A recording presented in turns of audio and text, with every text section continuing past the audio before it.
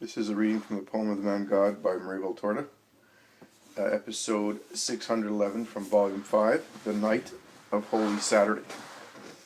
It was written on the 31st of March, 1945. Mary of Alphaeus goes in cautiously and listens.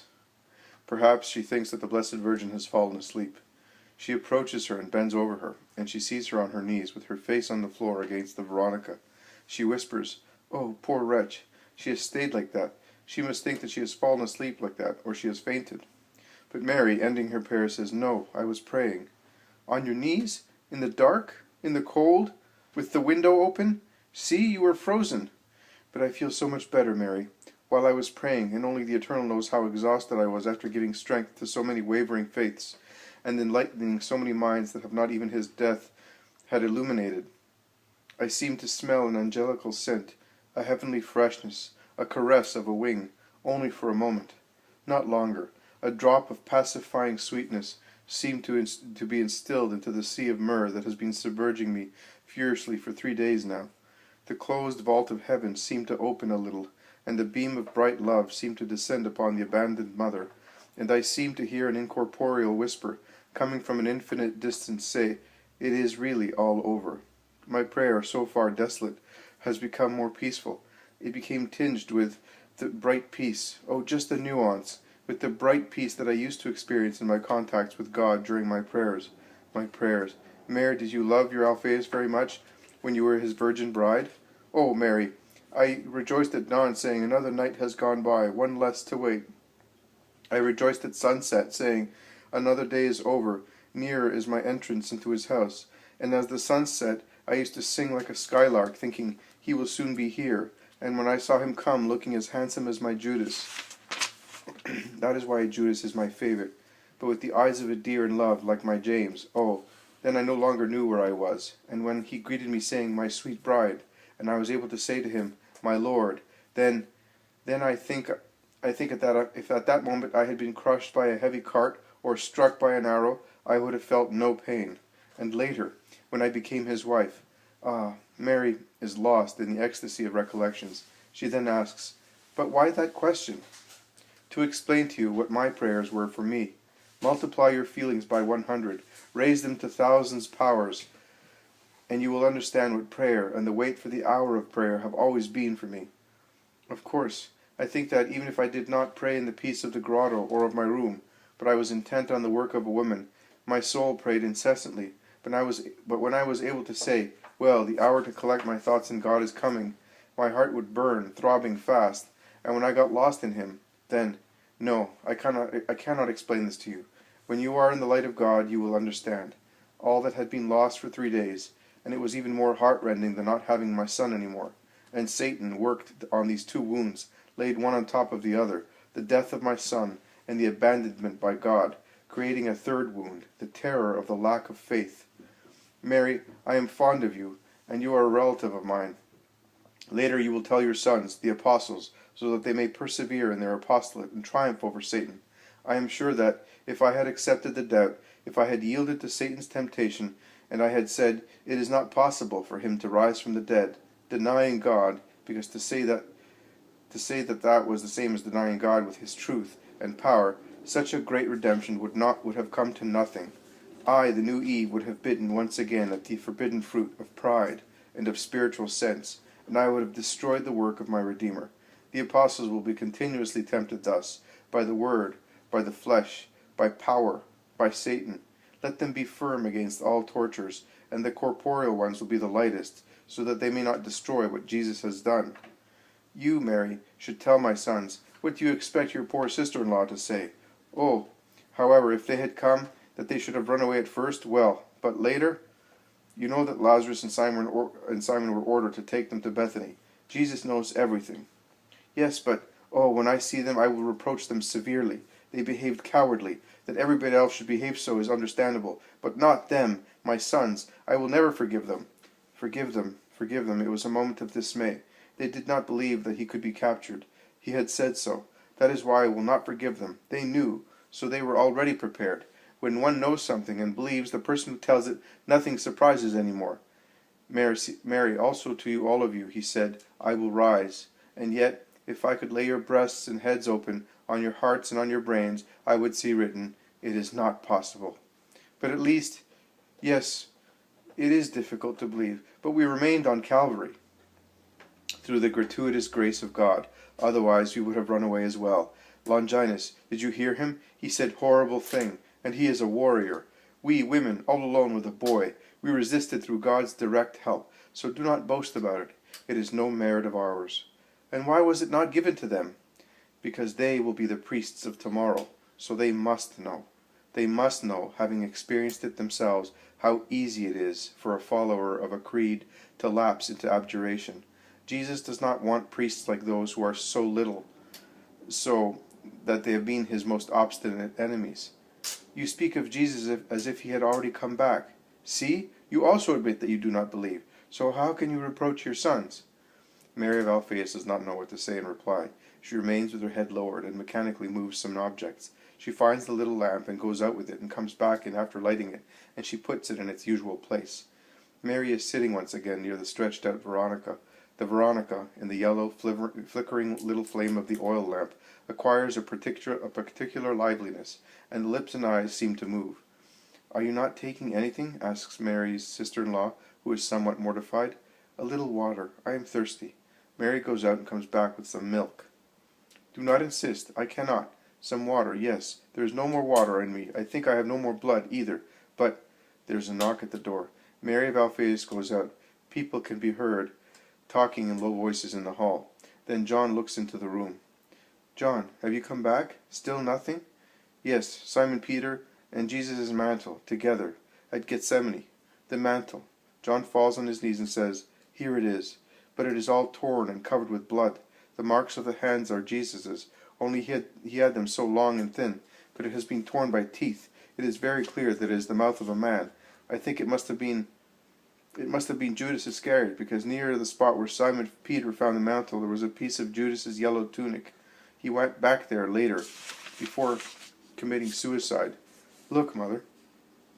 Mary has done nothing but caress and kiss the heavy red mantle of her son, but, pressed by John, she opens it and sees the marks of blood, dark against the red of the blood, and the tears of the teeth. She trembles and whispers, How much blood? She does not seem to see anything but that. Mother, the ground is red with it. Simon, who ran up there in the early morning hours, says that there was still fresh blood on the leaves of the grass. Jesus, I do not know. He did not seem to be wounded. Where did so much blood come from? From his body, in the bitter anguish. Oh, Jesus, total victim. Oh, my Jesus. Mary weeps so distressingly with an exhausted lament that the women appear at the door and look in, and then they go away. This while everybody was abandoning you. What were you doing while he was suffering his first agony? We were sleeping, Mother. John weeps. Was Simon there? Tell me. I had gone to look for the mantle. I had thought of asking Jonah and Mark, but they have run away. The house is closed and everything has been abandoned. So I went down to the walls to go along all the road we had gone on Thursday. I was so tired that evening and so grieved that now I cannot remember where Jesus had taken off his mantle.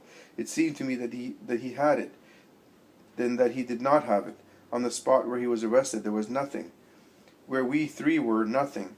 I went along the path taken by the Master, and I thought that also Simon Peter was dead, because I saw him there all crouched against the rock. I shouted. He raised his head, and I thought he had gone mad, so changed was he. He uttered a cry and tried to run away, but he staggered, blinded by his weeping, and I got a hold of him. He said to me, Leave me, I am a demon. I denied him, as he said, and the cock crowed, and he looked at me. I ran away, I ran here and there through the country. Then I found myself here, and see, Jehovah made me find his blood here to accuse me. Blood everywhere, on the rock, on the ground, on the grass. I had it shed, like you, like everybody, but I denied that blood. He seemed delirious. I tried to calm him and take him away, but he did not want. He said, Here, to guard his blood and his mantle, and I want to wash it with my tears, where there is no more blood on the cloth. When there is no more blood on the cloth, perhaps I will go back among the living, beating my breast and saying, I have denied the Lord. I told him that you wanted him, that you had sent me looking for him, but he would not believe me. Then I told him that you wanted also Judas to forgive him, and that you were suffering as you were no longer able to do so because of his suicide. Then he wept more calmly. He wanted to know everything, and he told me that there was still fresh blood on the grass, and that the mantle had been maltreated by Judas, whose tunic he had found a piece. I let him talk and talk, and then I said, "Come to the mother." Oh, how much I had to insist to convince him, and when I thought that I had succeeded in convincing him, and I got up to come, he did not want to come any more. He came only when it was getting dark, but when he arrived beyond the gate, he hid once again in a desert vegetable garden, saying, "I don't want people to see me. I bear written on my forehead the word denier of God. Now that it is completely dark, I have succeeded in dragging him here." "Where is he?" "Behind that door." "Let him come in." "Mother, John, do not reproach him. He is repentant." "Do you still know me so little? Let him come in." John goes out. He comes back alone. He says, "He dare not. Try to call him yourself." And Mary calls him kindly. "Simon of Jonah, come." Nothing. "Simon Peter, come." Nothing. "Peter of Jesus and Mary, come." A sharp burst of weeping, but he does not go in. Mary stands up. She leaves the mantle on the table and goes to the door. Peter is crouched outside, like a dog with no master. He cries so loud and all curled up that he cannot hear the noise of the door that opens, squeaking, or the shuffling of Mary's sandals. He realizes that she is there, but she bends so low as to take his hand, pressed against his eyes, and she compels him to stand up. She goes back into the room, dragging him like a little boy. She closes the door and locks it, and bent with sorrow as he is with shame, she goes back to her seat. Peter kneels at her feet and weeps without restraint. Mary caresses his gray hair, wet with the perspiration of sorrow. Nothing but such caress until he calms down. Then, when at last Peter says, "You cannot forgive me, so do not caress me, because I have denied him," Mary says, "Peter, you have denied him, that is true. You had the courage of denying him in public, the cowardly courage of doing that. The others, everybody except the shepherds, Manaen, Nicodemus, and Joseph and John, has only been cowardly. They have all denied him, the men and women of Israel, except a few women. I will not mention the nephews and Alphaeus of Sarah. They were relatives and friends. But the others, and they did not even have the satanic courage of lying to save themselves, or the spiritual courage of repenting, weeping, or the more elevated one of acknowledging their error in public. You are a poor man, or rather you were, as long as you relied on yourself. Now you are a man. Tomorrow you will be a saint. But even if you were not what you are, I would have forgiven you the same. I would have also forgiven Judas to save his soul, because the value of a soul, also of one only, deserves every effort to overcome disgust and resentment, to the extent of being crushed thereby. Bear that in mind, Peter. I will repeat it to you. The value of a soul is such that at the cost of dying through the effort of suffering to have it close to us, one must hold it so, in one's arms, as I am holding you, your gray-haired head, if one realizes that by holding it it can be saved. So, like a mother, who after the father's punishment presses the head of her guilty son to her heart, and more with the words of her distressed heart that beats with love and sorrow than with the father's blows, reforms and achieves. Peter, of my son, poor Peter, who have been, like everybody, in the hands of Satan in this hour of darkness, and you were not aware of it, and you think that you had done everything by yourself. Come, do come here, on the heart of the mother of my son's children. Here Satan can no longer harm you. Here storms abate, and while awaiting for the sun, my Jesus, who will rise to say to you, "Peace to you, my Peter." The morning star rises, pure, beautiful, and making everything it kisses pure and beautiful, as happens on the clear waters of our sea in the fresh spring mornings. That is why I have wished so much to have you at the foot of the cross. I was tortured because of him and of you, and how come you did not perceive it? And I called your spirits so loud that I think they really came to me, and closed in my heart, or rather laid on my heart, like the loaves of the offering. I held them under the bath of his blood and his tears. I was able to do so because, in John, he made me the mother of all his progeny. How much I longed for you, that morning, in that afternoon, at night, and the following day. Why, poor Peter, wounded and trampled on by the demon, did you keep a mother waiting so long? Do you know that it is the task of mothers to tidy up, cure, forgive, and lead their children? I would lead you to him. Would you like to see him? Would you like to see his smile, to be convinced that he still loves you? Would you? Oh, then move away from my poor lap of a woman, and lay your forehead on his crowned forehead, your lips on his wounded lips, and kiss your Lord. He is dead. I shall never be able. Peter, reply to me. Which do you think is the last miracle of your Lord? The Eucharist? No, that of the soldier cured there. Oh, do not remind me. A faithful, loving, strong woman met him on Calvary and wiped his face, and he, to tell us how much love can do, impressed the image of his face on the linen cloth. Here it is, Peter. A woman achieved that in an hour of hellish darkness and of divine wrath, simply because she loved. Bear that in mind, Peter, for the hours in which the demon will seem to you to be stronger than God. God was the prisoner of men. He was already overwhelmed, condemned, scourged. He was already dying. And yet, as God is always God, even among the most cruel persecutions, and if the idea is struck, God, who inspires it, is untouchable. So God, to deniers, to unbelievers, to the men of the foolish wise, of the guilty, it cannot be, of the sacrilegious, what I do not understand is not true, replies without any words, with this cloth. Look at it. One day you told me, you said to Andrew, the Messiah showed himself to you. It cannot be true. And then your human reason had to bend before the power of the Spirit that saw the Messiah where reason did not see him.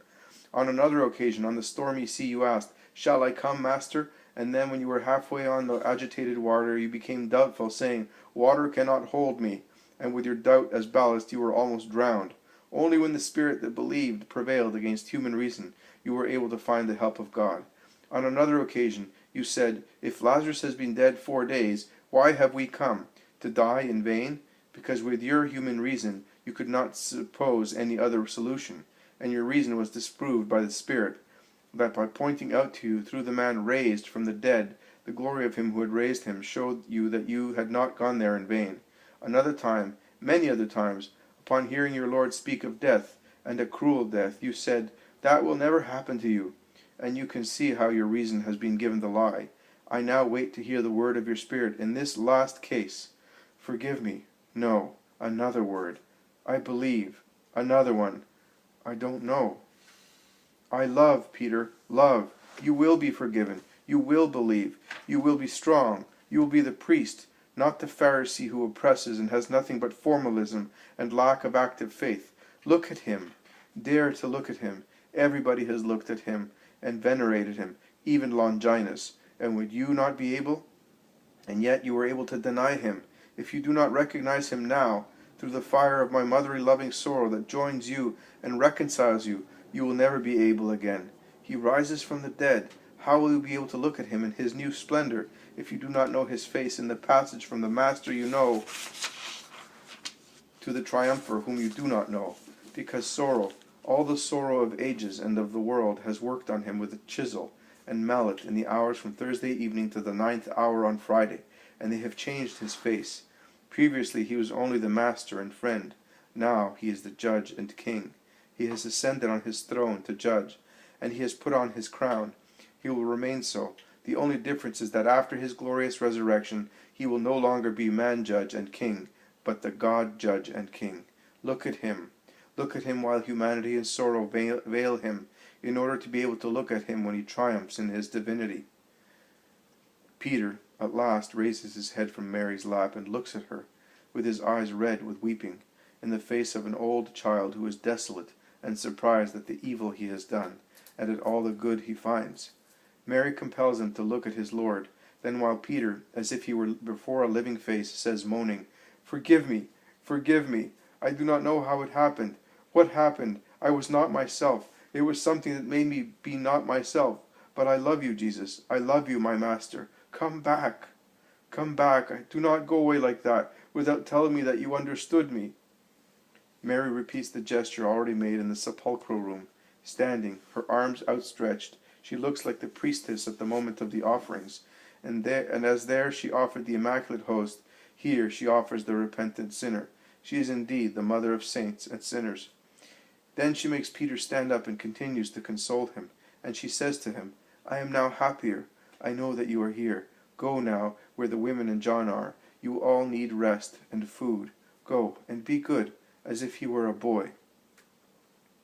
And while in the house, which is calmer this second night after his death, and is inclined to go back to the human customs of sleep and food, and has the tired, resigned appearance of dwellings where the survivors recover slowly from the blow of death, Mary alone wants to stay up, motionless in her place, awaiting in prayer, always, always, always, for the living and for the dead, for the just and the guilty, for the return of her son.